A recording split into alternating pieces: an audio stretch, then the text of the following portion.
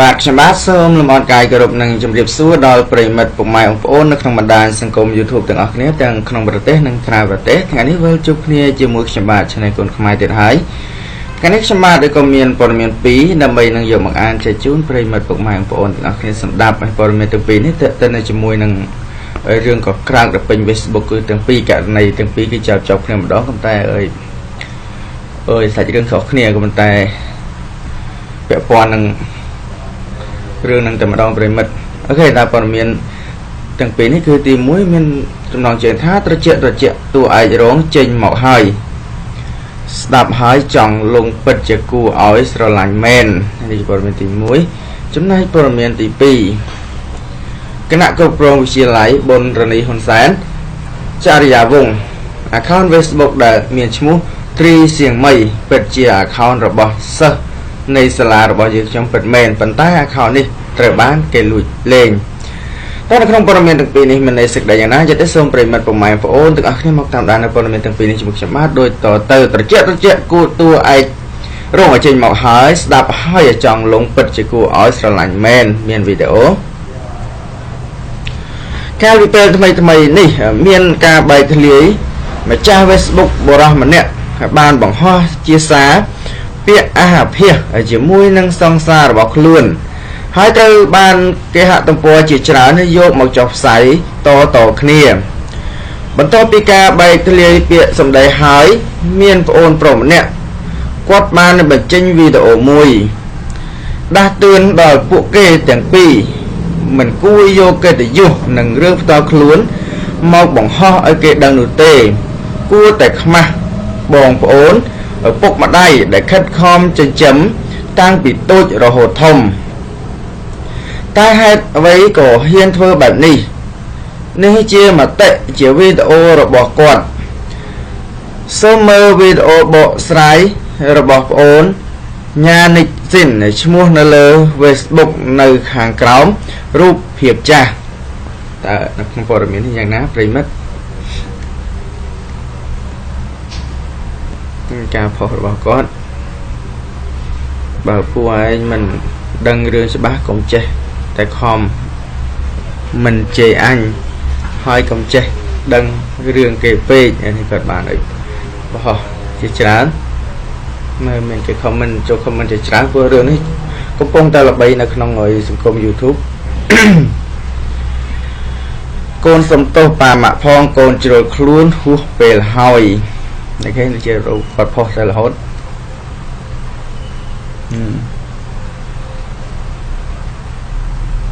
សង្សារយើងជារកយ៉ាប់នេះព័ត៌មាននេះគឺមានបន្តិចឯងប្រិមិត្តនេះបានគាត់បានបង្ហោះជាហោហែអាថោកឲ្យឆៃម្រាយខ្មាស់គេពេញនឹងហើយអញពេលនេះម៉ាក់ប៉ាកូនសំទោសនេះបើរឿងនេះមិនពិតសូមឲ្យអ្នកធ្វើចុះនរក49ជាន់នេះនរកច្រើនម្លេះ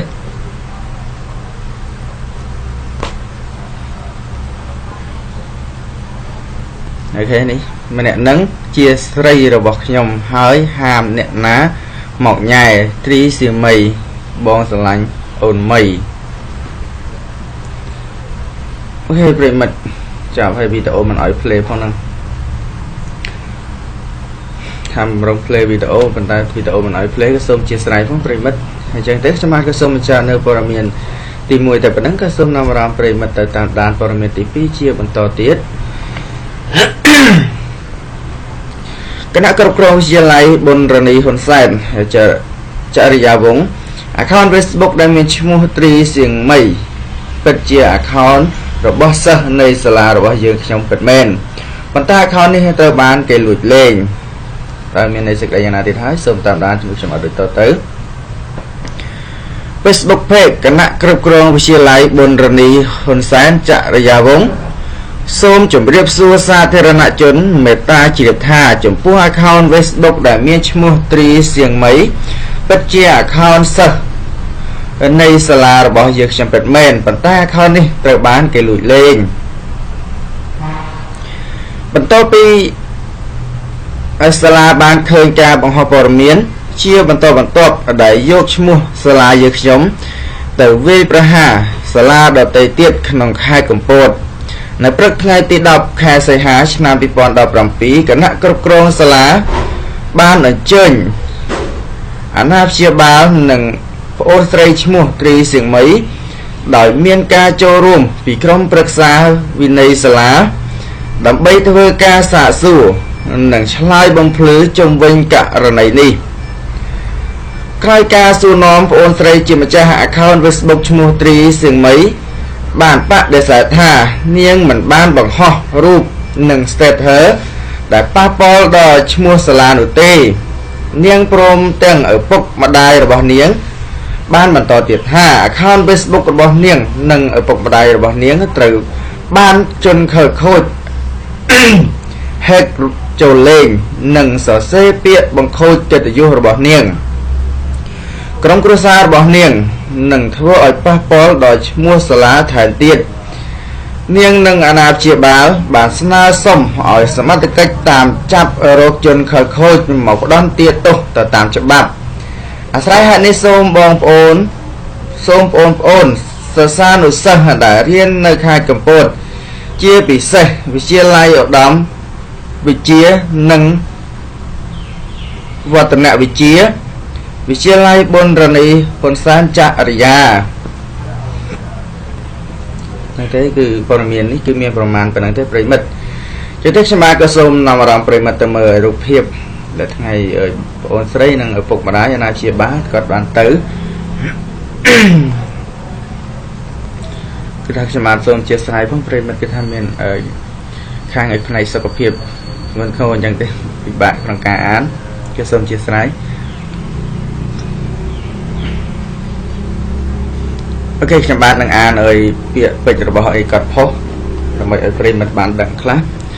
នេះខ្ញុំបានដាក់ពាក្យបណ្ដឹងហើយ Facebook ទាំងនេះមិនមែនជា Facebook របស់ខ្ញុំនាងខ្ញុំទេសូមជួយរកយុត្តិធម៌ឲ្យនាងខ្ញុំផងអាចមានដែរប្រិមិត្តរឿង hack Facebook hack អីហ្នឹងព្រោះសង្គមឥឡូវជាលឿនអញ្ចឹងការ hack អីស្រួលដែរ Facebook នេះជារបស់នាងខ្ញុំត្រូវជនខិលខូចលួចបន្លំ Facebook យកទៅផុសបំភ្លៃការពិតសូមបងប្អូនសូមឈប់យល់ច្រឡំថានេះមានអ្នក comment ប្តឹងទៅអូនមិនអីទេអូនបើមិនមែនជាការពិតកុំខ្វល់អីឲ្យតែស្អាតស្អំមិនអូនមិនប្តឹងទៅ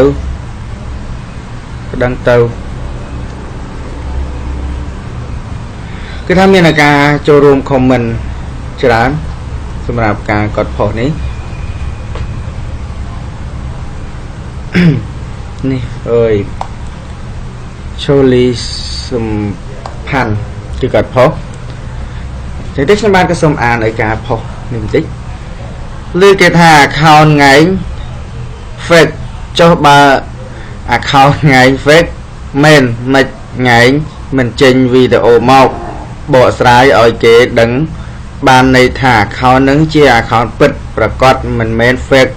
ទេកុំយល់ច្រឡំថា fake អីវានិយាយថា fake អញ្ចឹងដើម្បីកុំឲ្យខ្មាស់គេមាននេះប្រុសក៏ច្រើនល្បិចក៏ច្រើនតែយ៉ាងណាទេ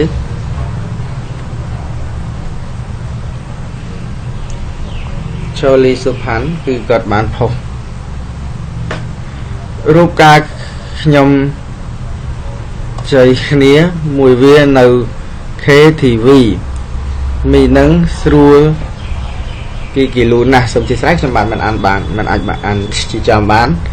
បើអ្នកទាំងអស់មិនជឿសាកញ៉ាយយកទៅគីលូមើលទៅត្រីសៀងមី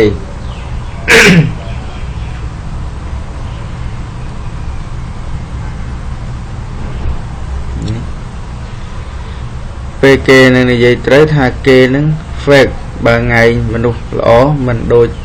ដែលអញបានផុសមែនថ្ងៃមិនថា fake ទេ